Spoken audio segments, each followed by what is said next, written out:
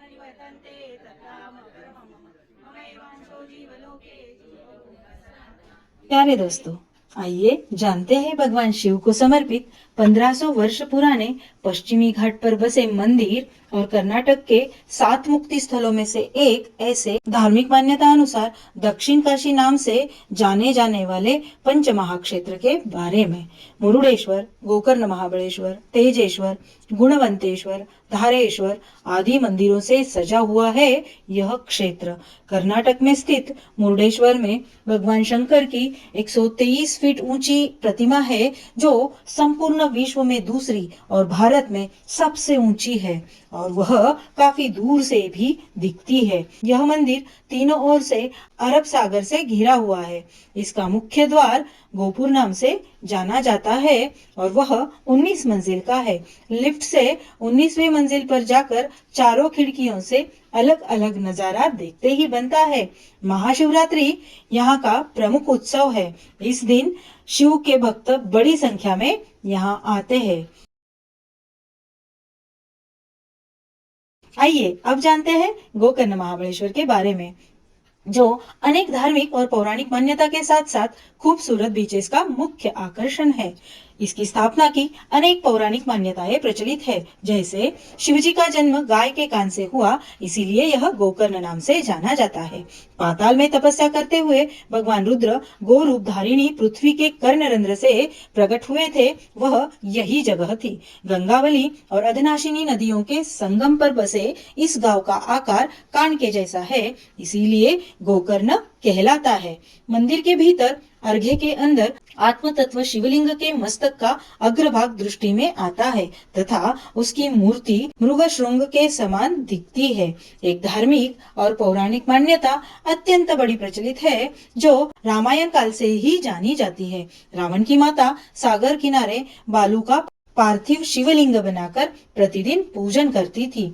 एक दिन पूजा के समय शिवलिंग समुद्र की लहरों से बह गया, जिससे वह अत्यंत दुखी हो गई। माँ को दुखी देख रावण ने आत्मलिंग पाने के लिए कैलाश पर जाकर तपस्या की और भगवान शंकर को प्रसन्न कर उनसे आत्मलिंग प्राप्त ही कर लिया। पर भगवान शंकर ने रावण को चेतावनी दी, अगर इस शिवलिंग को बीच में कहीं भी जमीन पर रखोगे तो यह जहां रखोगे वही स्थित हो जाएगा और वहां से उसे कोई भी हटा नहीं पाएगा। रावण बड़ा ही खुश होकर आत्मलिंग हाथ में लिए निकल पड़ा। यह देख सारे देवता लोक में चिंता का वातावरण निर्माण हो गया। नारद जी ने विष्णु से पूछा, अब क्या किया जाए? यदि यह आत्मलिंग रावण ने लंका में स्थापित कर दिया तो संपूर्ण सृष्टि में हाहाकार मच जाएगा। विष्णु ने नारद जी को उपाय बताया कि भगवान गणेश जी ऐसा होने से रोक सकते हैं। रावण जब गोकर्ण पहुंचा तब सायंकाल का समय हुआ था। रावण त्रिकाल संध्या के बिना कभी भी नहीं रहता था। उसे चिंता होने लगी कि शिवलिंग हाथ में लिए मैं मेरी सायं प्रार्थना कैसे करूंगा। तभी ब्रह्मचारी बालक का रूप धारण कर भगवान गणेश वहां प्रकट हुए। बालक को देख रावण ने उस बालक के हाथ में शिवलिंग दिया और कहा कि यहीं रुको, मैं अपनी संध्या पूर्ण कर शीघ्र आता हूँ, इसे नीचे मत रखना। भगवान गणेश जी तो आए ही इसी काम के लिए थे कि यह आत्मलिंग लंका नहीं पहुंचना चाहिए। गणेश जी ने 3 बार रावण को झूठ मूठ की आवाजें लगाने की एक्शन की और हाथ में दर्द हो रहा है ऐसा कहकर शिवलिंग को वहीं जमीन पर रख दिया। वह स्थान था गोकर्ण का। यह देख रावण अत्यंत क्रोधित हो उठा। उसने गणेश के मस्तक पर मुष्टिका से प्रहार किया, जिससे गणेश जी 40 फीट दूर तक पीछे चले गए। गणेश जी क्रोधित हो गए। यह देख भगवान शंकर ने गणेश जी को वरदान दिया कि सिद्ध महागणपति नाम से तुम्हारा एक मंदिर यहाँ स्थापित रहेगा और जब तक मेरे भक्त तुम्हारे दर्शन नहीं लेंगे तब तक मैं भक्तों की मनोकामना पूर्ण नहीं करूंगा। तभी से यह स्थान गोकर्ण महाबलेश्वर नाम से जाना जाने लगा। इसी प्रकार आत्मलिंग की स्थापना गोकर्ण में हुई और गोकर्ण महाबलेश्वर इस नाम से यह क्षेत्र प्रचलित हुआ। यहाँ पर कई मनोहारी और निसर्गरम्य बीचेस भी है, जिनमें ओम बीच जिसका आकार ओम जैसा है, करले बीच जो खजूर के पेड़ों से घिरा हुआ है। सनराइज और सनसेट के लिए यह बीच प्रसिद्ध है। हाफ मून बीच और पैराडाइज बीच भी बड़े ही प्रसिद्ध है।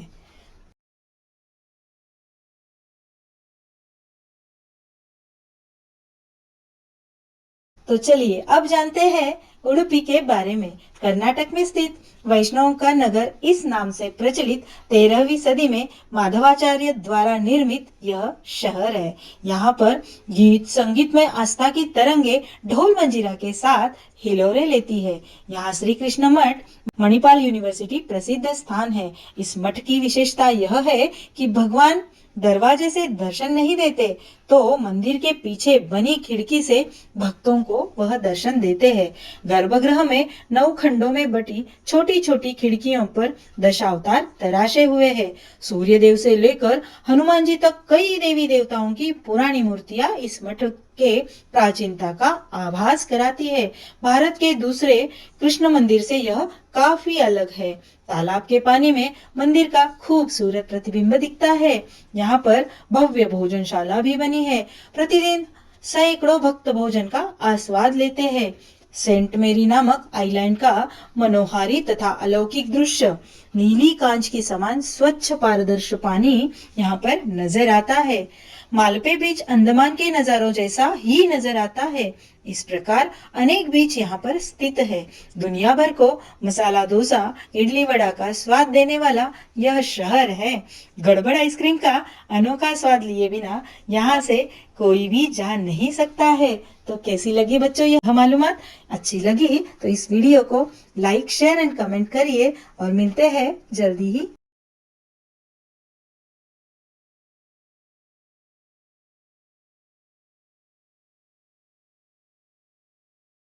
एक, दो, तीन। राम कृष्ण हरि जय जय राम कृष्ण हरि, राम कृष्ण हरि जय जय राम कृष्ण हरि हरि हरि हरि